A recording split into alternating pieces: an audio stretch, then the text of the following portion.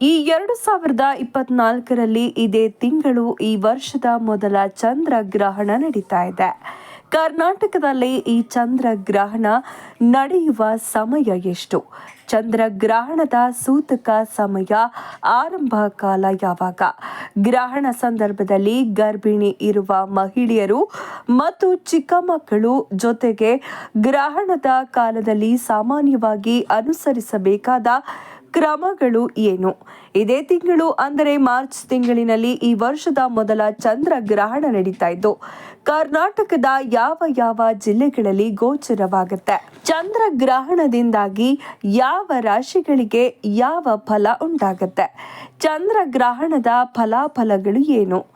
ಈ ಎಲ್ಲ ಸಂಪೂರ್ಣ ಮಾಹಿತಿಯನ್ನ ಈ ವಿಡಿಯೋದಲ್ಲಿ ವಿವರಿಸಲಾಗಿದ್ದು, ಜ್ಯೋತಿಷ್ಯ ಶಾಸ್ತ್ರದ ಪ್ರಕಾರ ಸೂತಕ ಸಮಯ ಹಾಗೂ ಯಾವ ರಾಶಿಗಳ ಮೇಲೆ ದುಷ್ಪರಿಣಾಮ ಬೀರುತ್ತದೆಯೋ ಆ ರಾಶಿಗಳಿಗೆ ಜ್ಯೋತಿಷ್ಯದ ಪ್ರಕಾರ ಕೂಡ ಈ ವಿಡಿಯೋದಲ್ಲಿ ವಿವರಿಸಲಾಗಿದೆ. ತಪ್ಪದೆ ಈ ವಿಡಿಯೋವನ್ನು ಈಗಲೇ ಲೈಕ್ ಮಾಡಿ ಮತ್ತು ಈ ವರ್ಷ ಅಂದರೆ 2024 ಇದೇ ಮಾರ್ಚ್ ತಿಂಗಳಿನಲ್ಲಿ ನಡೆಯುತ್ತಿರುವ ಮೊದಲ ಚಂದ್ರಗ್ರಹಣದ ಸಂಪೂರ್ಣ ಮಾಹಿತಿ ತಿಳಿದುಕೊಳ್ಳಲು ವಿಡಿಯೋವನ್ನು ಕೊನೆಯವರೆಗೂ ನೋಡಿ.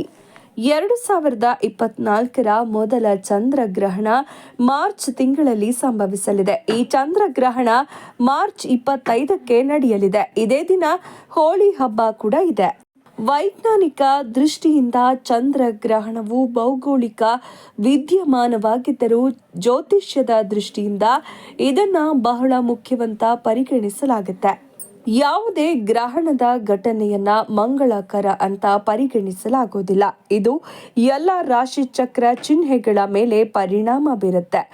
ಗ್ರಹಣದ ಸಮಯದಲ್ಲಿ ಅನೇಕ ರೀತಿಯ ನಕಾರಾತ್ಮಕ ಶಕ್ತಿಗಳು ಬಲಗೊಳ್ಳುತ್ತವೆ. ಗ್ರಹಣದ 9 ಗಂಟೆಯ ಮೊದಲು ಸೂತಕ ಶುರುವಾಗುವುದು. ಇಂತಹ ಪರಿಸ್ಥಿತಿಯಲ್ಲಿ ಮಾರ್ಚ್ ತಿಂಗಳಿನಲ್ಲಿ ಸಂಭವಿಸುವ ಗ್ರಹಣದ ಸೂತಕ ಕಾಲ ಮತ್ತು ಅದರ ಪರಿಣಾಮವನ್ನ ತಿಳಿಯೋಣ. ಮೊದಲ ಚಂದ್ರಗ್ರಹಣ 2024 ಯಾವಾಗ ಸಂಭವಿಸುತ್ತೆ? ವರ್ಷದ ಮೊದಲ ಚಂದ್ರಗ್ರಹಣ ಮಾರ್ಚ್ 25ರಂದು ನಡೆಯಲಿದೆ.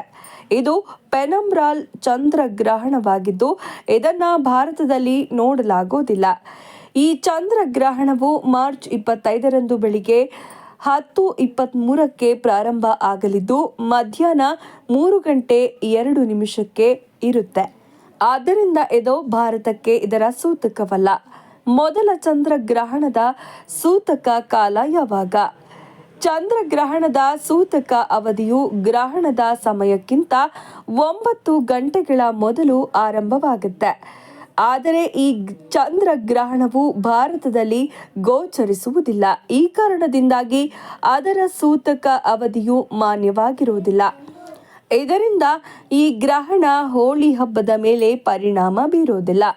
ಆದ್ದರಿಂದ ನೀವು ಯಾವುದೇ ಆತಂಕವಿಲ್ಲದೆ ಹೋಳಿ ಹಬ್ಬವನ್ನು ಆಚರಿಸಬಹುದು. ಮೊದಲ ಚಂದ್ರಗ್ರಹಣ ಎಲ್ಲಿ ಗೋಚರಿಸುತ್ತೆ?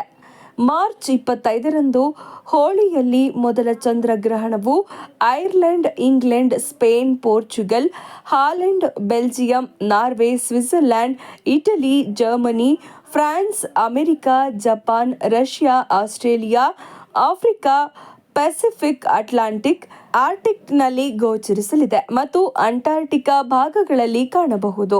ಗ್ರಹಣದ ಸಮಯದಲ್ಲಿ ಬಾಗಿಲು ಮುಚ್ಚೋದು ಏಕೆ? ಸೂರ್ಯ ಹಾಗೂ ಚಂದ್ರ ಭೂಮಿಗೆ ಬೆಳಕು ನೀಡುವ ಗ್ರಹಗಳಾಗಿವೆ. ಗ್ರಹಣವಾದಾಗ ಅವುಗಳ ಬೆಳಕು ಭೂಮಿಗೆ ತಲುಪೋದಿಲ್ಲ.